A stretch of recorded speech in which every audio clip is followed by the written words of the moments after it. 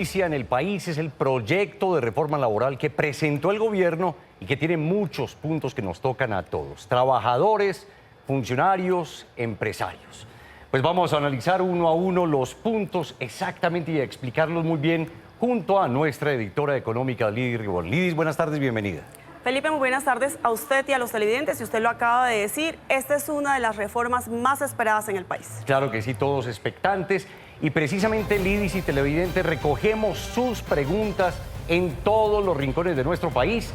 Por eso ustedes ven aquí en nuestra pantalla a nuestro equipo para formularlas y además resolverlas, que es lo que necesitamos en este momento. Arrancamos con Andrea Bernal desde Venadillo, Tolima. Andrea. Felipe, Lidis, hemos recogido también preguntas acá y si me permiten tengo una. La pregunta es sobre las horas extras y los dominicales, Lidis. ¿Cómo quedaría si llega a aprobarse este proyecto? Andrea, pues mire, la jornada laboral actualmente inicia a las 6 de la mañana y termina a las 9 de la noche. Aquí en pantalla vamos a ver qué es lo que plantea el proyecto. El proyecto plantea iniciar a las 6 de la mañana y terminarlo a las 6 de la tarde. ¿Esto qué significa? Que si usted a partir de las 6 de la tarde empieza, pues o le toca trabajar, pues le estarían pagando un recargo nocturno. Pero además de eso, el proyecto plantea, o esta iniciativa plantea, dominicales en un 100%. ¿Esto qué significa?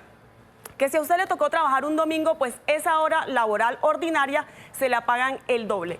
Y finalmente un ajuste salarial para las personas que trabajan o que ganan más de un salario mínimo hasta 2 salarios mínimos. ¿Por qué razón? Porque actualmente pues las personas que ganan un salario mínimo, pues precisamente en diciembre lo que hacen los gremios y el gobierno y las centrales es concertar ese aumento. Pero para las personas que ganan hasta 2 salarios mínimos no tienen como ese aumento fijo. ¿Qué hace este proyecto? Pues dice que se aumentaría con el IPC, es decir, con la inflación. El tema es que claramente para los trabajadores es un punto que los favorece. Poder tener un mayor valor, un mayor incremento en el valor de la hora trabajada y de la jornada trabajada, pues sin duda impacta positivamente en el bolsillo de los trabajadores.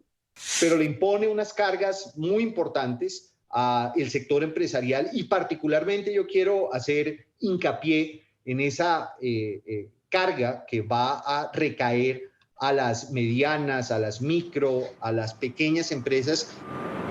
Bueno, Lidis, y desde Medellín le queremos pedir que nos explique las diferentes modalidades de contratación que se permitirían en caso de que se apruebe esta reforma laboral. Bueno, Isabela, prácticamente los contratos quedan tal cual como están, pero se centra mucho en que las empresas intenten o que mejoren la contratación directa, es decir, en contratos indefinidos. Aquí en pantallas los estamos viendo. La idea es que las personas que tengan contratos indefinidos preavisen 30 días antes o que hagan un aviso 30 días antes si se quieren ir. Otro de los contratos es el fijo. Este contrato se va a permitir, pero hasta los 2 años. Un tercer contrato es obra-labor y un cuarto contrato es el agropecuario.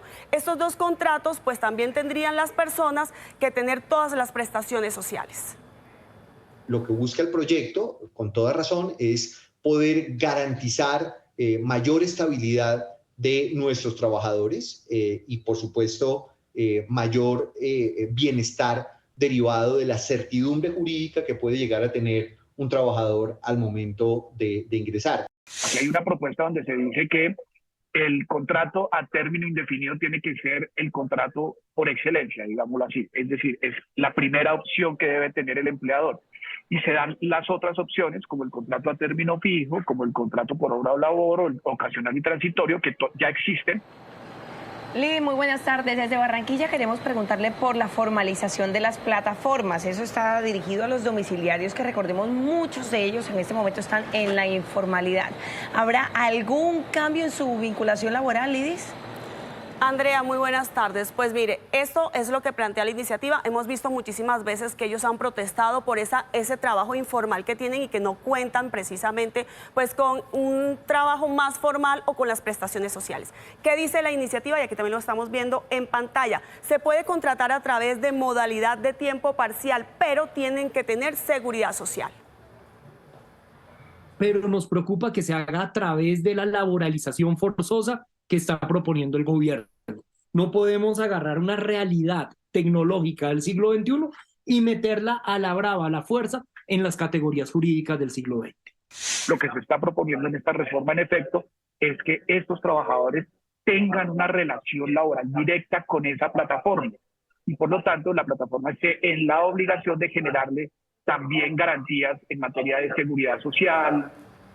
Muchos puntos. Lidis, pero no podemos dejar por fuera el capítulo de despidos. Queremos saber si se necesita autorización judicial para hacer una desvinculación laboral o no, simplemente así. Se permitirá, pero en algunos casos, es decir, las personas con fuero sindical, personas en condición de discapacidad, las mujeres en estado de embarazo, incluso después de los 6 meses del parto, y su pareja, y además los prepensionados con 3 años los podrán despedir siempre y cuando haya una autoridad judicial que lo permita o una autoridad administrativa. Es beneficioso en el sentido de protección hacia los trabajadores en el caso de que haya un embarazo y que sea la persona, ya sea la mujer o en este caso el hombre, el único que provea económicamente a la familia de ingresos. El impacto de generar un fuero de estabilidad ocupacional siempre va a ser el de limitar de alguna medida la empleabilidad de las personas que se beneficien con el fuero. Bueno, Lidis, ahí hemos evacuado muchísimos de los puntos importantes de la reforma laboral que estaba siendo esperada por todos los colombianos. Así es, Felipe, y por supuesto nosotros estaremos muy pendientes de esta reforma laboral en el Congreso porque apenas se radicó anoche. Claro, en resumen de todo esto, en la emisión de las 7 de la noche también para todos ustedes. Vamos con más noticias y Rosy tiene más información en este momento. Rosy. Bueno, pues precisamente con la información ya vimos los puntos claves de la reforma laboral que está siendo discutida en el Congreso y que será aún más y avanzará pese a que lleva horas de ser radicada. Ya se escuchan voces de quienes tienen reparos, Lidis. Pues muchas personas dicen que esto no debe ser. Catherine Leal, ¿cómo está ese pulso exactamente en el Congreso de la República? Felipe, televidentes, muy buenas tardes. Como usted lo dice, hace pocas horas el texto final del proyecto de reforma laboral llegó aquí al Congreso y hay 2 preocupaciones que son las que llaman la atención. La primera tiene que ver porque esta reforma también entra por Comisión Séptima y ya son 2 junto con la de Salud que llegan a esa comisión de la Cámara de Representantes y dicen ellos que no van a tener entonces el tiempo suficiente ni para leer los proyectos ni para discutirlos. Por otro lado, lo que dice la oposición es que esta reforma parece más un pliego de peticiones sindicales y piden que se logre un equilibrio entre el beneficio que deben tener los trabajadores, pero también los empresarios. Esto dicen aquí en el Congreso de la República. Tras la radicación de la reforma laboral en el Congreso, se empieza a calentar el debate. En el caso de la oposición advierten que la reforma es más un pliego sindical. La reforma no va a generar más empleo. Por el contrario, en pleno año de recesión va a disparar el desempleo y va a disparar la informalidad. Partidos de la coalición de gobierno advierten que la propuesta debe ser muy bien debatida y lograr un equilibrio entre trabajadores y empresas. Tenemos que buscar un equilibrio entre buscar mejores condiciones para los trabajadores, buscar mayor formalización, pero también preservar el empleo de los colombianos. Desde el Pacto Histórico, en cambio, defienden la iniciativa, advirtiendo que lo que buscan es reivindicar a los trabajadores. Esta reforma reivindica los derechos de trabajadores, de trabajadoras y vuelve también a reajustar la jornada diurna y nocturna. Vuelven las horas extras, vuelven los dominicales que fueron los derechos conseguidos por trabajadores y trabajadoras. La discusión del proyecto entra en cola a la espera de que primero sea debatida la reforma a la salud.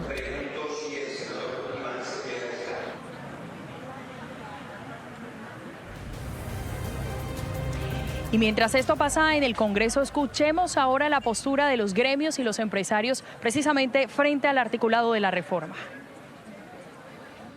Una vez llegado el texto de la reforma al Congreso, son varias las posiciones de los gremios. Aunque la Asociación Colombiana de las Micro, Pequeña y Medianas Empresas dice que esta iniciativa tuvo consenso e incluyeron sus propuestas, como el del preaviso de los 30 días, asegura estar preocupada por el contrato de aprendizaje. Y eso ha sido una apuesta de los sindicatos de Colombia y creo que ha sido una apuesta egoísta porque le va a restar oportunidades a nuestros jóvenes de complementar apropiadamente su formación en el sector real, porque la monetización no es igual que un empresario acoja a un aprendiz. La ANDI sostiene preocupación por varios puntos de esta reforma que generarían más desempleo, por ejemplo, la tercerización. Obliga a las empresas grandes a contratar todo directamente, todo lo que necesitan, entonces van a desaparecer una gran cantidad de pymes, van a desaparecer una gran cantidad de empresas medianas y pequeñas. Seguramente incluso la economía popular se va a ver afectada. Además, le pide al Congreso que el debate debe ser consciente.